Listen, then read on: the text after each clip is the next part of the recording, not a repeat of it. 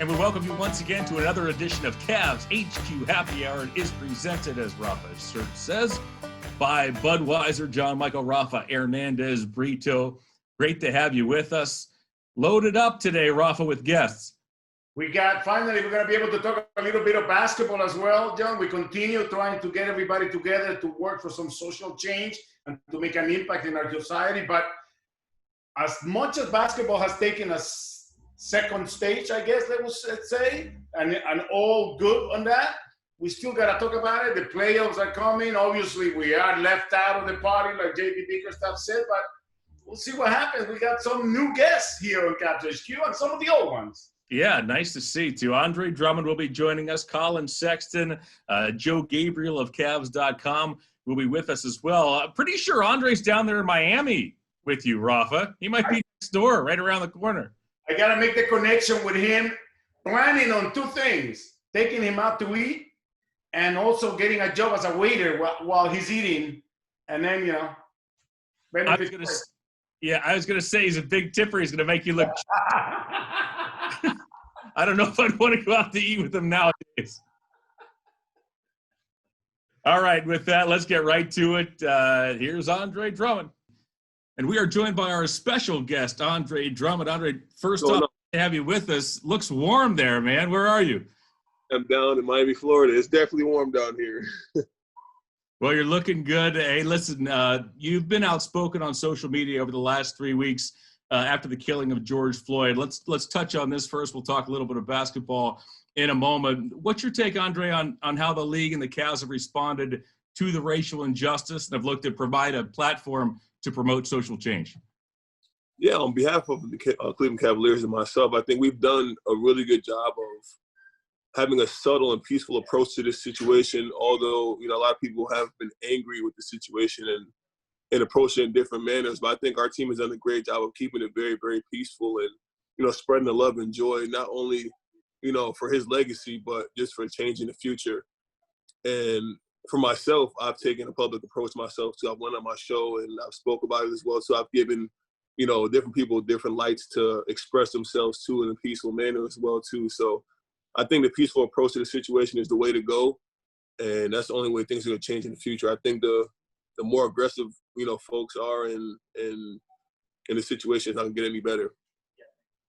Hey, Andre, how difficult is it, or how much do you guys welcome? Because I think with what we have been going through since March with the pandemic and now with the social protests and the social injustice that we have been witness to, it is very clear that you guys are all more than just athletes. We are more than just whatever we do on a daily basis. Has that been easy, that transition to take that role, to use your platform, or is that something you welcome? Yeah, this is such a historic time for everybody, especially for myself. I've never been one to be, you know, public about my views of, you know, certain situations as in this. And I think for me, coming out of my comfort zone and actually speaking up and saying my mind has definitely been a big change for me.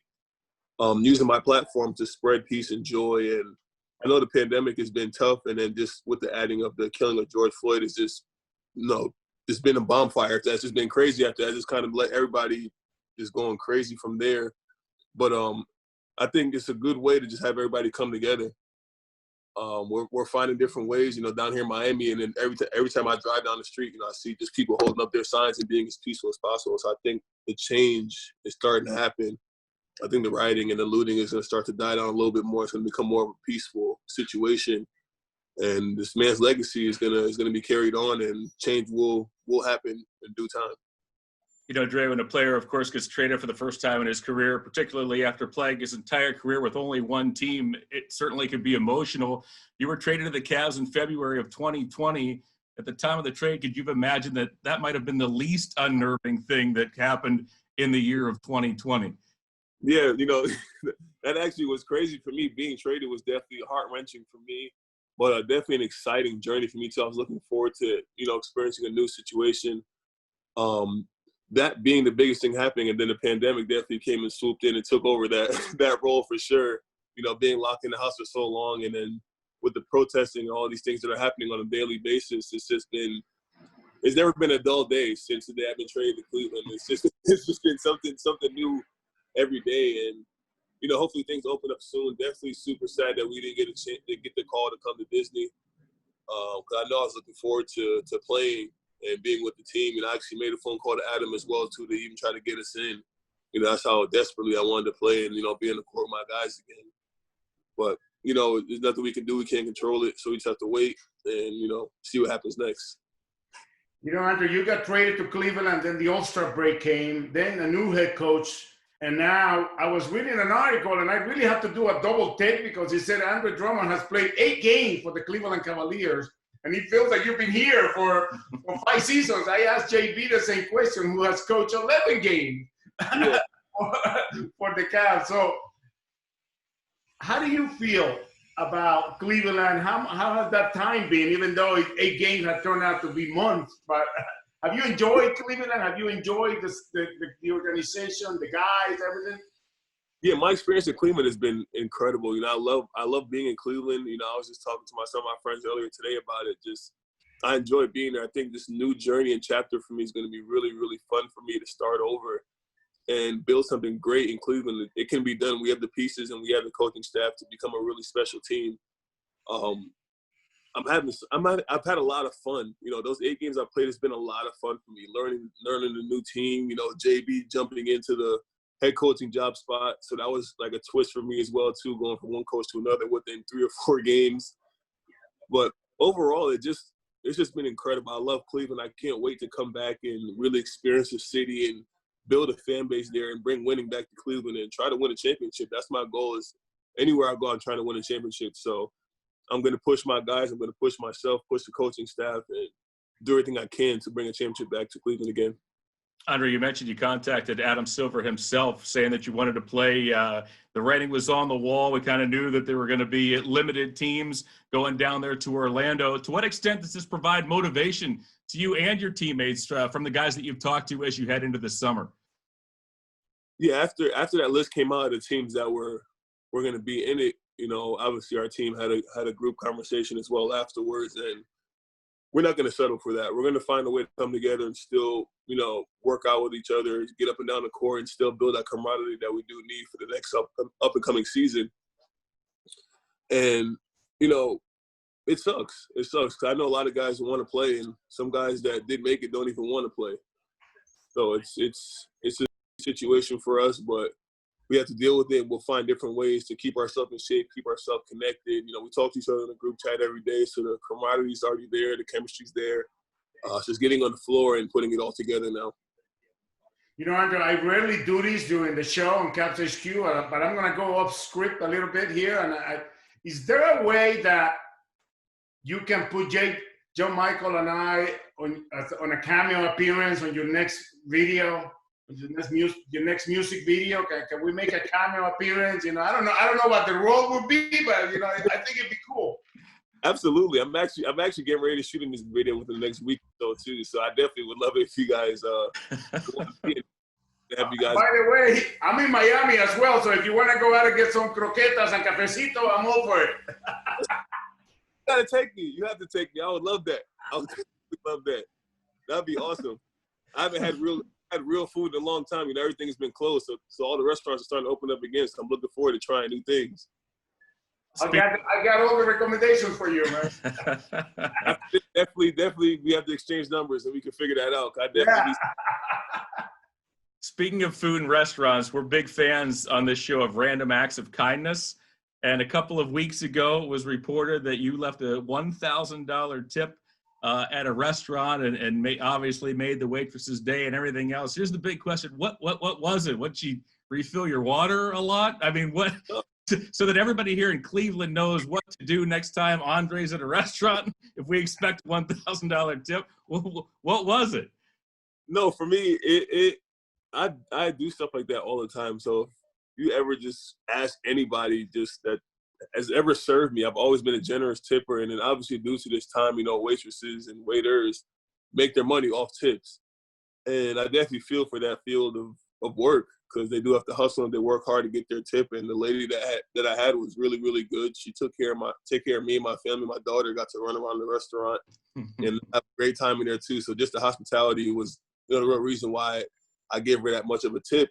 And it seemed like she deserved it as well too. And obviously found out she was a high school student going to college, so that went towards her, her college tuition, which was dope for me to be a part of that for her.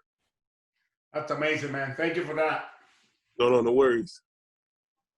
Andre, hey, it's been a pleasure. Thanks so much for taking the time to join us. Hopefully, we see you in a basketball capacity sooner rather than later if things happen here with the NBA in terms of getting back with mini camp or some exhibition games or something like that. But enjoy yourself down there in Miami, and thanks again for the time. Raph, make sure you send me a number, man. Yeah, man. I got it. Here on CavsHQ Happy Hour presented by Budweiser. Look who is joining us. It is an old friend, Joe Gabriel. Always good to see you.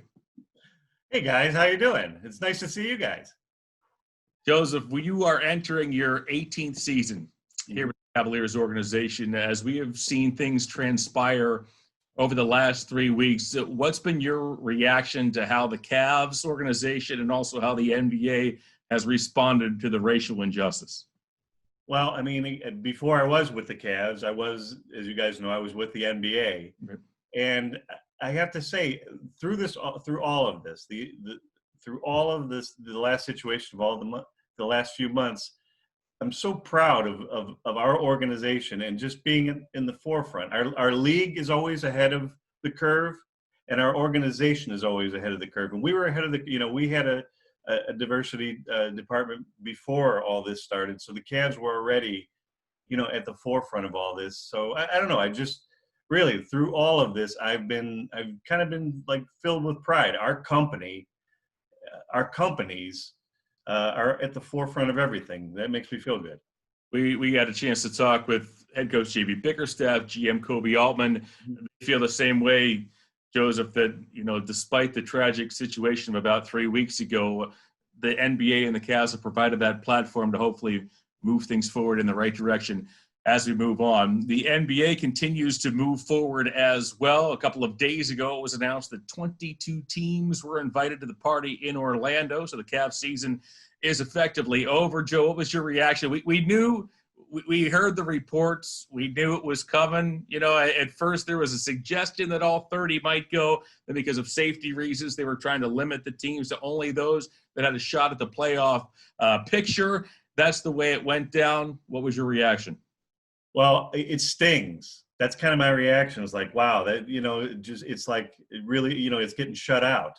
And I had hoped that perhaps they'd come up with some sort of solution where maybe the bottom 8 teams could play another tournaments at another site, maybe to play for the number 1 pick, or they'd come up with some kind of solution. And I still think they're going to need to come up with some kind of solution where 8 teams don't take 8 months off. That's bad for the league.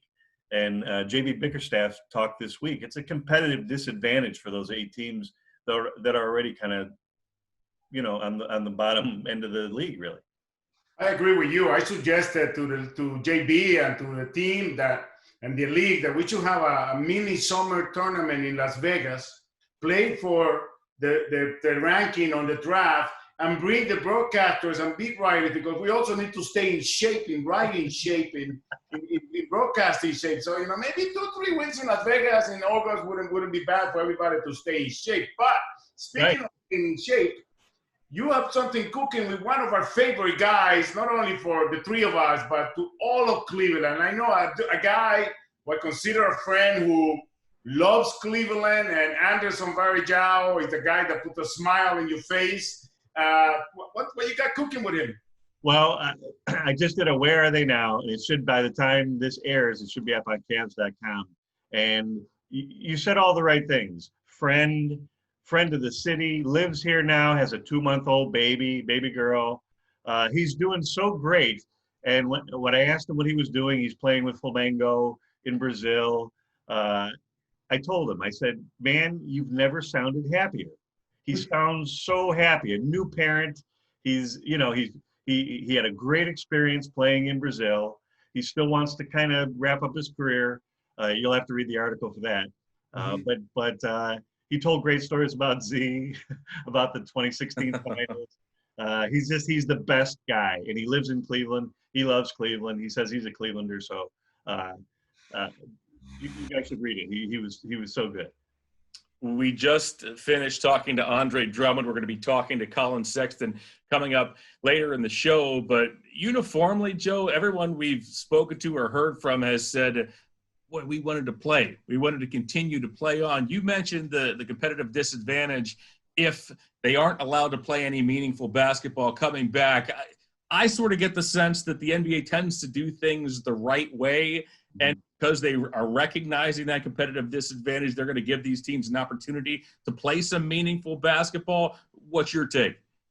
Well, I mean, it's interesting that you started that question with Andre Drummond, because now you're talking about playing basketball. If the NBA says the season is over, Andre Drummond, Tristan Thompson, Ante Zizic, Matthew Dellavedova are free agents. Who are they playing for? Are they playing for us? Are they playing, you know, I mean, that is a question I think the NBA has to ask, in that playing beyond this point, what do you do with free agents if this is not the playoffs? So I think there's so many questions that still need to be asked. I hope there's something played this summer, but again, you have to factor in free agency, even the drafts. Things are so complicated right now. So I'm curious to hear what Andre had to say. And Rafa, I'm going to throw this to you to wrap up this segment with the next question. But for clarity's sake, Andre Drummond does have a player option for next season. So we'll see how that all shakes out over the next couple of weeks. Go ahead, Rafa.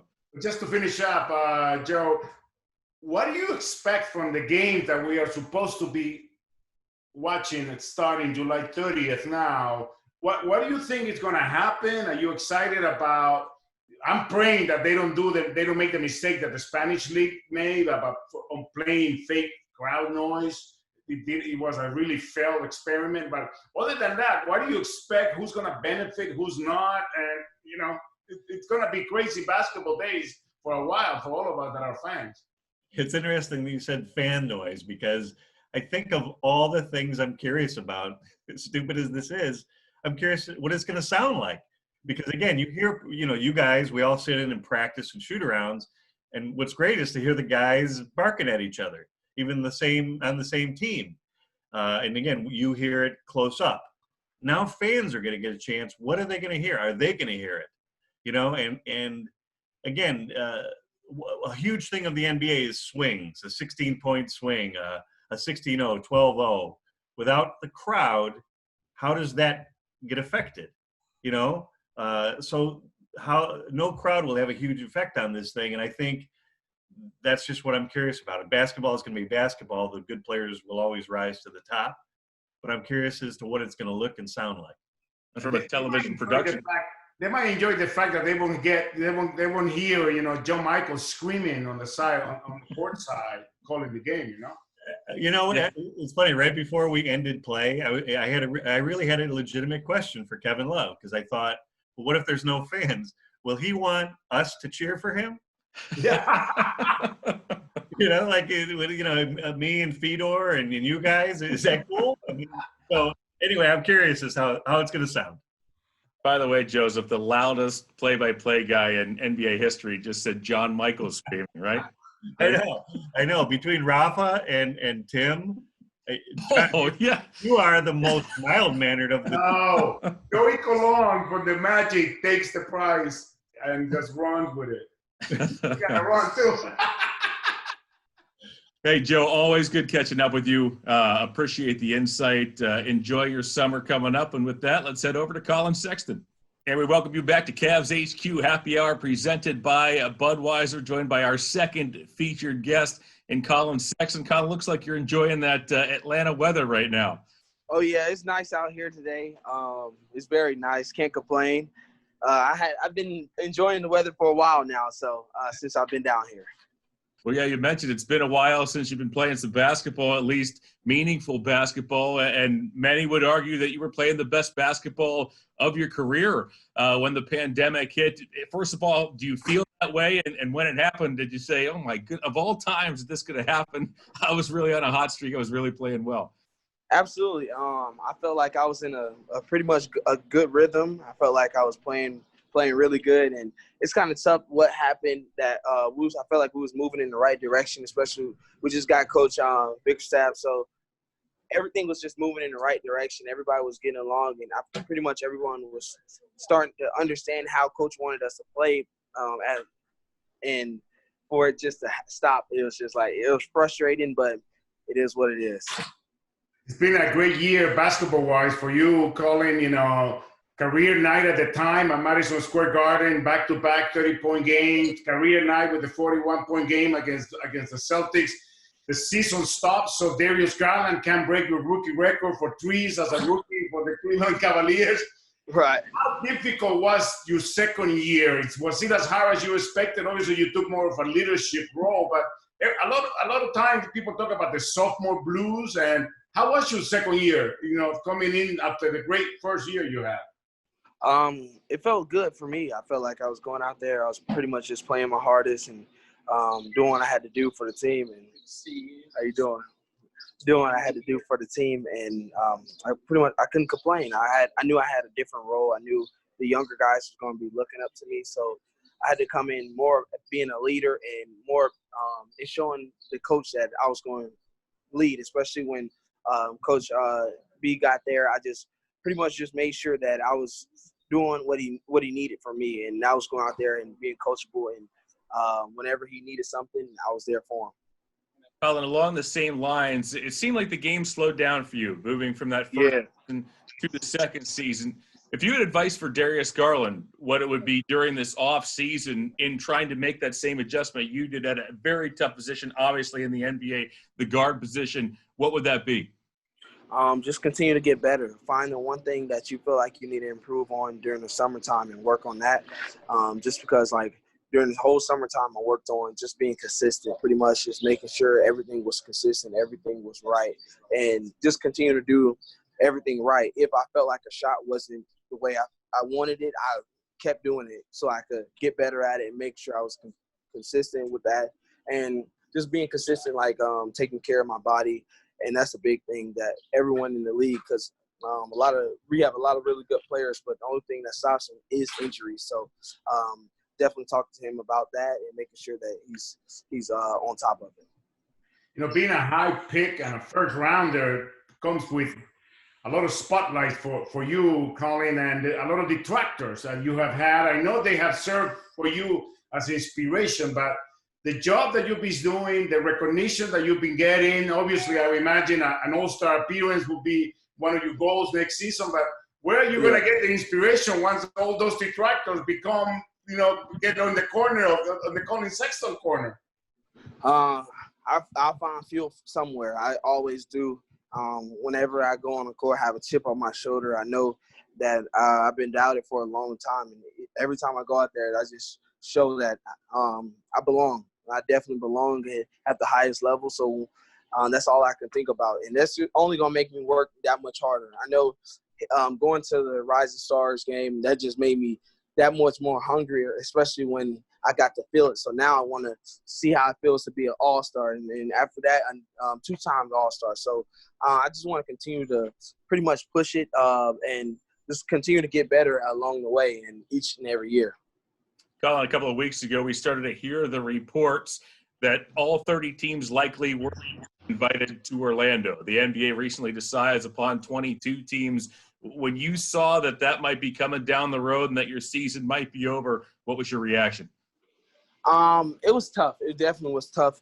Just because I've been working since we stopped playing, and I was hoping that we would get back to it. But I know Kobe is trying to figure something out and figure those teams that didn't make it, those 8 teams that didn't make it. I know he's trying to figure something out for us to do. And whatever it is, I'm willing to go out there and play. I know the younger guys want to play as well, so it'll be just a good time just to get back together. Because for us not to be together since the last time we played Chicago, that's a long way away. You know, Coach J.P. Bickerstaff told us that you were in a conference call for aspiring head coaches, basketball coaches, and we're going to use Coach Collin Sexton now to give us your impressions about the rookies like KPJ and Darius Garland. What were your impressions of them and what they bring to the team on and off the court? Well, with KP, he brings that energy that he plays with, that swag that that different type of play. We definitely need that whenever we're out there, just because, each and every night KP's going to be ready to show up. He's going to be ready to give his all. And that's what we really needed this year. Needed someone to come off the bench and pretty much help us, especially since we lost JC, and KP stepped in big time for the team, and it was tremendous. And then with Darius, it's tough being a point guard, tough being first year, because each and every night you're going against a really good guard. And I just told him, just keep that confidence. And that's what he did. Each and every night he go out there, knock some threes down, and ran the show. And I really appreciate him for just listening, because that's the hardest thing, is to listen, because you know how to play, but it's just little details that I helped him with. And he's gonna be really good for us. And for him just to come in and be a starter for the team, that was big. Collin, before we let you go, one final question. Rafa and I see your work ethic. We've seen it pretty much each and every day over the last 2 seasons. What was it like for you when the pandemic hit and it started to become apparent that you weren't going to be able to do much of anything over the coming weeks? And what did you end up doing? Were you able to get into a gym, or how was that like for you as things transpired? Yeah, as things transpire, I found a gym where no one is able to go in, and that's where I go work out sometimes. But when I was at home for the first couple of weeks, I was just pretty much just doing a lot of outside activities, like running, a lot of biking. Like just the other day, I biked 30 miles. The day before, I biked 25. So I just been doing a lot of biking and staying consistent with that. And I think later on today, I'll probably go biking again. So I'm starting to enjoy like just the outdoors part of working out and the different things that I can do. Because like when you're at home, you never realize how good a home workout can be. So because you're so used to going to the gym, going to different places to go work out, but now a home workout definitely is good for me. Well, Collin, thank you so much for joining us. Have a great rest of your summer. Hopefully we see you sooner rather than later, and also continued success on your career. You're off to a terrific start. Thank you. Appreciate it. All right. Our thanks to Collin, Sexton, also to Andre Drummond. For Rafa, I'm John. This has been Cavs HQ Happy Hour, presented by Budweiser. Take care.